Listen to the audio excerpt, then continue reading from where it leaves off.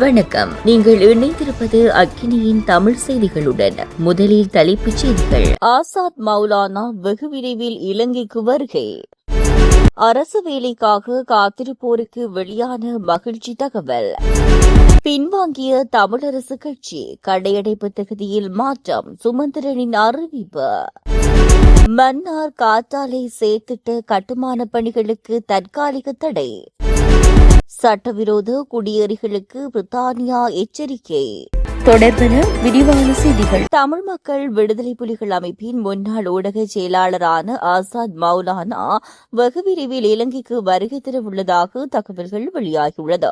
உயிர்த்த ஞாயிறு தாக்குதல் சம்பவம் தொடர்பில் கிழக்கு மாகாண முன்னாள் முதலமைச்சரும் முன்னாள் ராஜாங்க அமைச்சருமான பிள்ளையான் எனப்படும் சிவனேசதுரை சந்திரகாந்தனுக்கும் தொடர்புகள் இருப்பதாக ஆசாத் மௌலானா என்றழைக்கப்படும் ஹான்சேர் முகமது பரபரப்பு தகவல்களை வெளியிட்டிருந்தார். அத்துடன் பிள்ளையானின் வேண்டுகோளின் பிரகாரம் பிள்ளையானுக்கு நெருக்கமாக தான் உள்ளிட்ட குழுவொன்று ராணுவ புலனாய்வுத்துறையின் முன்னாள் பணிப்பாளர் மேஜர் ஜெனரல் சுரேஷ் சலேத் உடன் சந்திப்பொன்றை மேற்கொண்டிருந்ததாகவும் அவர் தெரிவித்திருந்தார். தற்போதைக்கு ஆசாத் மௌலானா வெளிநாட்டில் தலைமறைவாக வாழ்ந்து வரும் நிலையில் கடுமையான முயற்சிகளின் பின்னர் அரசாங்கத்தின் முக்கியஸ்தர்கள் அவருடன் தொடர்புகளை ஏற்படுத்திக் கொண்டுள்ளனர்.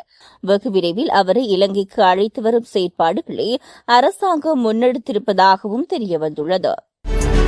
பொதுச்சேவையில் கடந்த 8 மாதங்களில் 62,000க்கும் மேற்பட்டோரை உள்வாங்குவதற்கு அனுமதி வழங்கப்பட்டுள்ளதாகவும் தேவைக்கேற்பவே அரசு நியமனங்கள் வழங்கப்படும் என அமைச்சரவை பேச்சாளர் அமைச்சர் நலிந்த ஜெயதிச தெரிவித்துள்ளார். கொழும்பில் உள்ள அரசாங்க தகவல் திணைக்களத்தில் நேற்று இடம்பெற்ற வாராந்த அமைச்சரவை தீர்மானங்களை அறிவிக்கும் ஊடகவியலாளர் மாநாட்டில் அவர் இதனை குறிப்பிட்டார்.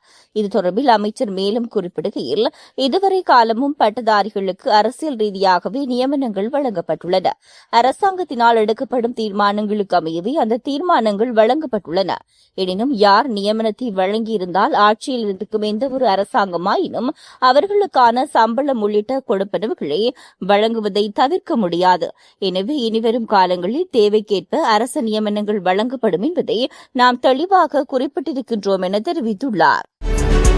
இலங்கை தமிழரசு கட்சி நடத்துவதாக அறிவித்துள்ள கடையடைப்பு எதிர்வரும் 15ஆம் தேதி வெள்ளிக்கிழமை நடைபெறாது என்று அறிவிக்கப்பட்டுள்ளது.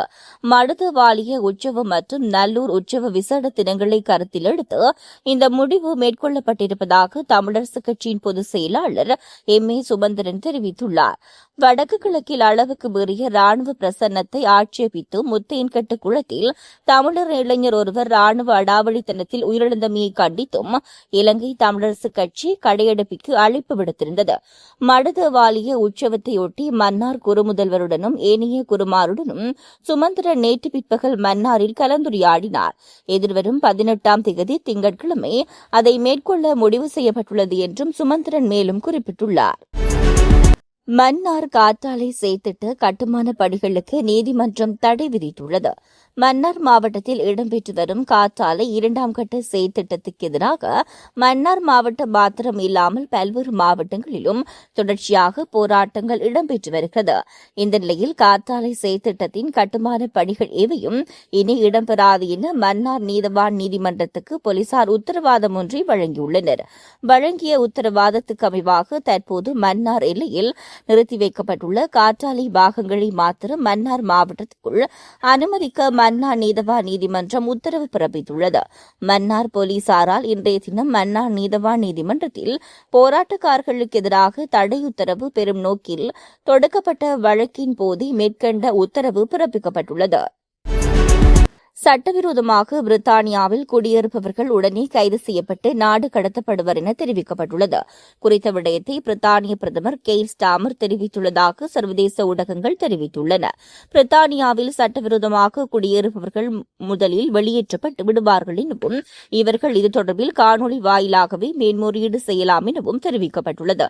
புதிய விதிப்படி 23 நாடுகளைச் சேர்ந்தவர்கள் நாடு கடத்தப்படுவர் என தெரிவிக்கப்பட்டுள்ளது. தொடர்ந்து மக்களின் செய்திகளோடு இணைந்திருங்கள். வணக்கம்.